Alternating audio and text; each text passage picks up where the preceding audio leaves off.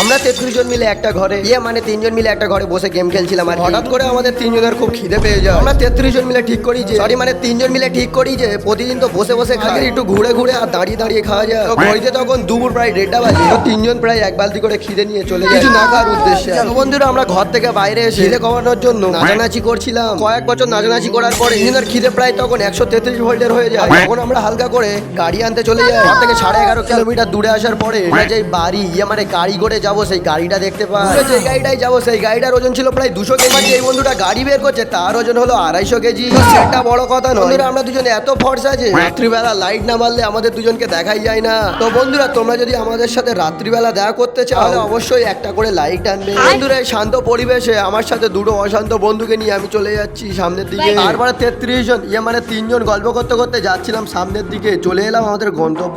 আমরা চলে এলাম একটা নাম করা রেস্টুরেন্টে। এখান থেকে আমরা নিয়েছিলাম 66 খানা বার্গার। তো সেগুলো নিয়ে একটি বস্তার মধ্যে ভালো করে দুমড়ে দামড়ে ঢুকিয়ে দিলাম। আর এই মাল দুটো তো বার্গার থেকে চোখ সরাচ্ছেই না। এদের থেকে মনে হচ্ছে যেন সালারা একটা সুযোগের অপেক্ষায় আছে, যদি একটা সুযোগ পেয়ে যায় মালগুলো সালা যেন 66টা বার্গার একাই খেয়ে নেয়। বন্ধুরা তারপরে শুনলাম বার্গার গুলোর নাকি খুব বড় বড় রোগ আছে, এখন নাকি ওদেরকে নিয়ে যেতে হবে আমাদের চিকিৎসা করার জন্য। বন্ধুরা আমরা রেস্টুরেন্ট থেকে বার হয়ে রওনা দিই হসপিটাল বা নার্সিং হোমে যাওয়ার জন্য। বন্ধুরা আমরা চলে এসেছি একটা ভালো নার্সিং হোমে। আর এই ডাক্তারটার কাছে সব খুলে বলতে রাশিয়া থেকে আনা কিছু ওষুধ দেয়, এগুলো আমি নিচ্ছিলাম ভালো করে দুহাত পেতে। বন্ধুরা আমরা হাসতে হাসতে ডাক্তারের দেয়া এই রাশিয়ান ওষুধ আর 66 খানা বার্গার 3 জন মেরে দিই। খিদে না কমার কারণে আমরা নিয়ে নিই রাশিয়ান মুরগির দুধের চা। হালকা করে রাশিয়ান মুরগির দুধের চা খেয়ে শরীর ঠান্ডা করে আমরা আসছিলাম হালকা করে ঘরের দিকে।